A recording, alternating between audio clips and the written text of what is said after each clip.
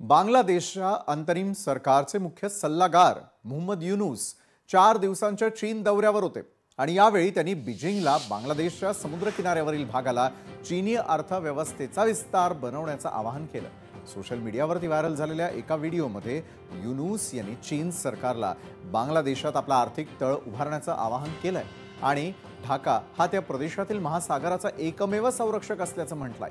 चीनच्या भेटीदरम्यान बांगलादेशचे अंतरिम सरकारचे मुख्य सल्लागार मोहम्मद युनूस यांनी बीजिंगला थेट आवाहन केलेलं आहे आणि उत्पादन आणि व्यापारासाठी बांगलादेशला तुमचा प्रमुख प्रादेशिक भागीदार म्हणून स्थान द्या असं युनूस म्हणाले। बांगलादेशद्वारे चीनच्या आर्थिक सहभागाचं आमंत्रणच त्यांनी दिलं। एकंदरीतच काय तर चीनला सोबत घेऊन भारताची कोंडी करण्याचा बांगलादेशचा प्रयत्न सुरू आहे का असा सवाल या निमित्तानं उपस्थित होतो।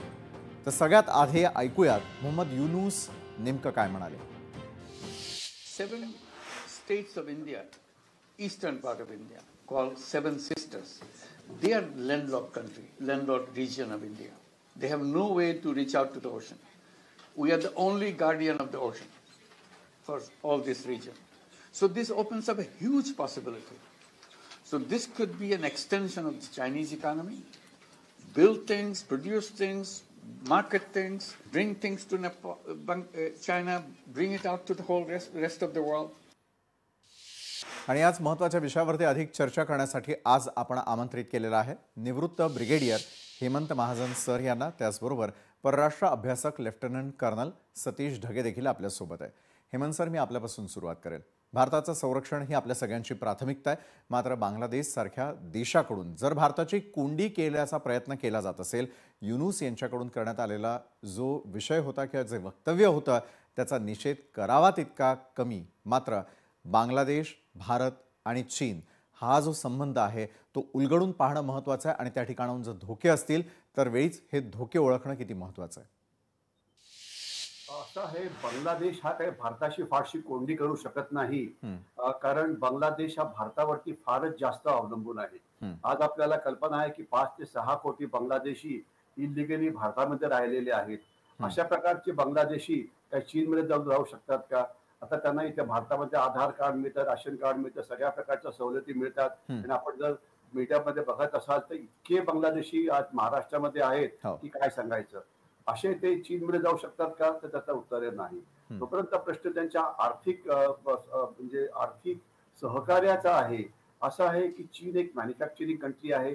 सध्या जे टॅरिफ वॉर सुरू झालेला आहे अमेरिकेने जगावरती लादलेला आहे, तर त्याच्यामुळे आता चीनला त्यांच्या ज्या वस्तू आहेत ते विकण्याकरता जागा मिळत नाही, कारण सगळीकडे वेगवेगळे देश वेगवेगळ्या प्रकारचे टॅरिफ लावून सगळ्या गोष्टी देशाच्या आत बनवण्याचा प्रयत्न करत आहेत। अशा वेळेला चीन आपले काही कारखाने काढून बांगलादेशमध्ये घेऊन जाईल का? तर ती शक्यता जवळजवळ शून्य आहे। आता तुम्ही बघाल तर जवळजवळ गेले वर्षभराहून जास्त वेळपासून युनूस सरकार तिथे आहे। कुठली चीनी उद्योगधंदा तिथे आला का?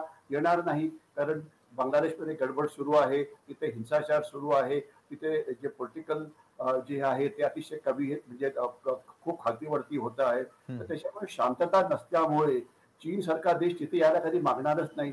कारण असं आहे की बांगलादेशमध्ये येऊन चीनला नेमका काय फायदा मिळतो? चीनची जी मार्केट्स आहेत ती USA आहेत, चीनची मार्केट्स आहेत युरोपियन युनियन किंवा असे मोठे देश आहेत, समजा ऑस्ट्रेलिया म्हणता येईल।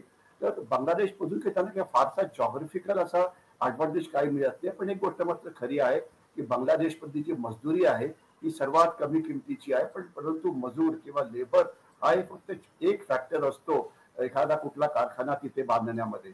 आणि जे तुम्ही आता मगाशी सांगण्यात आलं की भारत हा म्हणजे नॉर्थ ईस्ट हे लँडलॉक्ड आहे आणि त्याला बांगलादेश शिवाय दुसरा कुठला पर्याय नाही, हे सुद्धा फारच बरोबर नाही। कारण जो म्यानमारचा किनारा आहे तिथे सिटवे नावाचा जो पोर्ट आहे तिथून आपण एक रस्ता आणि कलादार प्रोजेक्ट बांधतो आहे की जे तिथून मिझोराम मध्ये जाईल।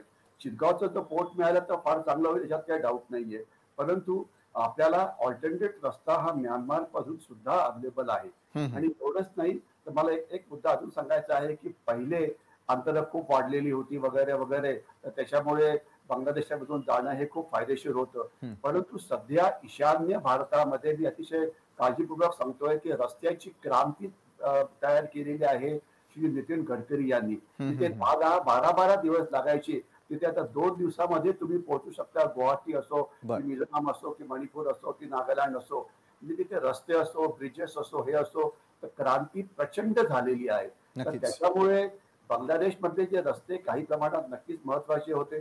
बांगलादेशचं पोर्ट जे चितगाव आहे ते नक्कीच महत्वाचं होतं.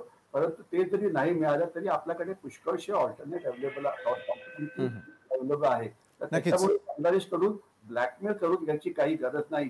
कारण आपण त्यांना भारतामध्ये यायचं होतं, आपण त्यांना नाही म्हटलं. कारण ज्या गोष्टी भारताला पाहिजे, हिंदूंचं रक्षण व्हायला पाहिजे, बांगलादेशची घुसखोरी थांबायला पाहिजे, जे उग्रवादी आहेत त्यांच्यावरती कंट्रोल व्हायला पाहिजे, जे ते भारताशी दादागिरी करत होते, त्यांनी म्हटलं की आम्हाला वीज नको, ते सगळं थांबायला पाहिजे. तर म्हणजे आता सध्या युनुसला अमेरिका विचारत नाहीये. कारण पहिले ज्यावेळेला डेमोक्रॅटिक पार्टी होती त्यावेळेला नक्कीच हेमंत सर. कौतुक व्हायचं. आता ते होत नाहीये. अमेरिका त्यांना नोगो आहे. रशियाकडे ते जाऊ शकत नाहीये. चीनकडून जायचा काय फायदा, त्यांना फायदा होणार नाही. कारण चीन जे त्यांच्याकडे जे मुसलमान आहेत 2-2.5 कोटी त्यांना कैदेत टाकलेलं आहे शिनजियांगमध्ये. तर त्याच्यामुळे चीन हा भारताला फारसं रिप्लेस करू नक्कीच, शकत म्हणजे भारताची कोंडी करण्या इतपत सामर्थ्य त्यांच्यात तर नाहीच आणि चीनला ते मदतही करू शकत नाही. धन्यवाद हेमंत महाजन सर, तुम्ही आमच्यासोबत जोडला गेलात आणि या महत्त्वाच्या विषयावरती बोललात त्यासाठी. लोकशाही मराठी ऐका, पहा, जागरूक रहा.